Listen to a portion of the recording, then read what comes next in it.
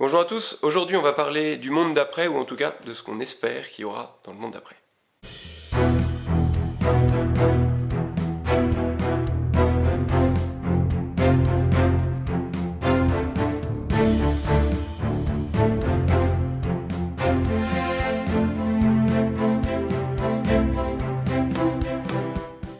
On l'a beaucoup entendu ces derniers mois, pour le meilleur et pour le pire. Le monde d'après, qu'est-ce que pourrait être le monde d'après? C'est une question qu'on se pose, que peut-être vous vous posez toujours, en tout cas moi je me pose toujours, ce que pourrait être le monde d'après, sera-t-il différent? Ou ferons-nous exactement les mêmes choses et les mêmes erreurs? Dans l'ouvrage que je vous présente aujourd'hui, Bertrand Badré se pose la question: voulons-nous sérieusement changer le monde?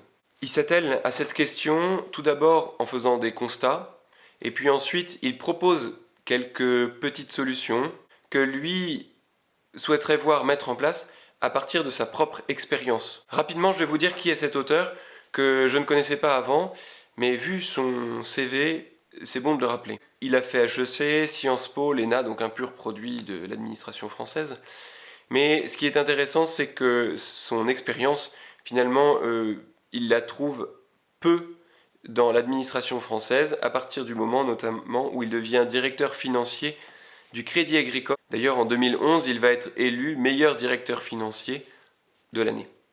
Ensuite, il fera un court passage à la Société Générale avant d'être appelé comme directeur général financier de la Banque mondiale. Donc cet homme sait un peu de quoi il parle, notamment quand il parle de finances. D'ailleurs, parfois, il faut suivre un peu, mais c'est très intéressant. Aujourd'hui, il a créé et il dirige un fonds d'investissement responsable. Voilà un peu l'histoire du bonhomme et comment, eh bien, du coup, cela s'inscrit, ce que je vais dire maintenant va s'inscrire dans cette vie d'homme. Dans cette première partie de constat, il interroge les indicateurs. Il interroge l'indicateur de la croissance, il interroge l'indicateur du PIB. Et il met en garde, il met en avant les 5 T terribles. Le premier, c'est Trump, mais c'est plus le côté imprévisible de l'ancien président américain qu'il met en avant. Le second, c'est Twitter. Twitter pour l'influence.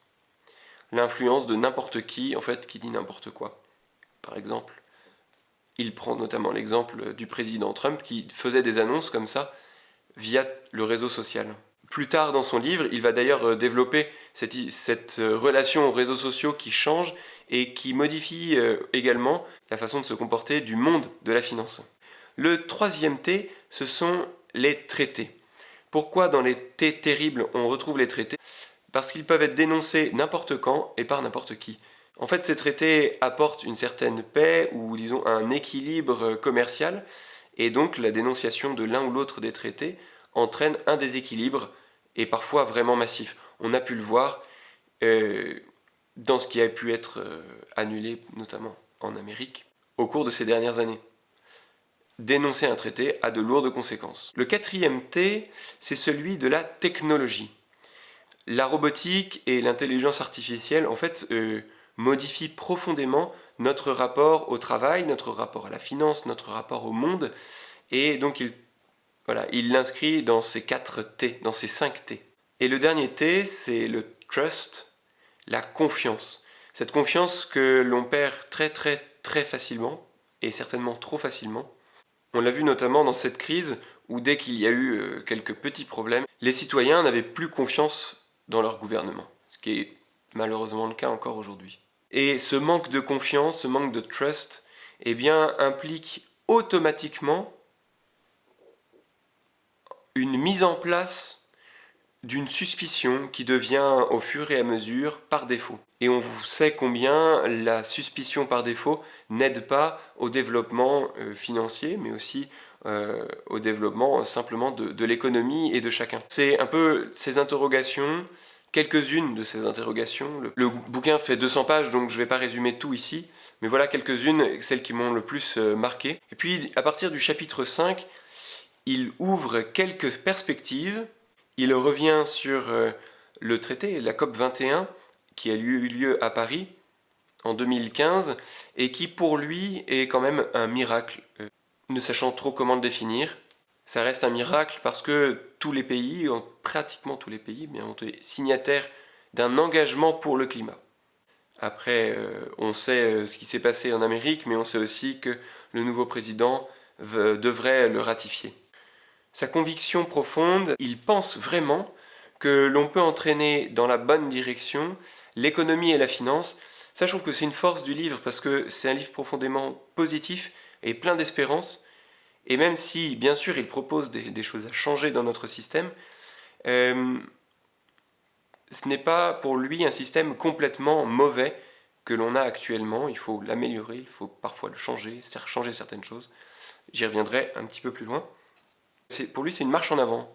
Et d'ailleurs, dans cette marche en avant, il met en avant les différentes entreprises, différentes initiatives qui ont lieu dans des entreprises ou dans des groupes d'entreprises, dans des milieux, dans des secteurs, et comment les dirigeants s'engagent en fait à la suite de cette COP21, mais aussi pour l'environnement, pour le social, parce que comme il le rappelle, et comme le pape François aussi le rappelle de sa manière, l'environnement ne peut pas être détaché de la vie sociale.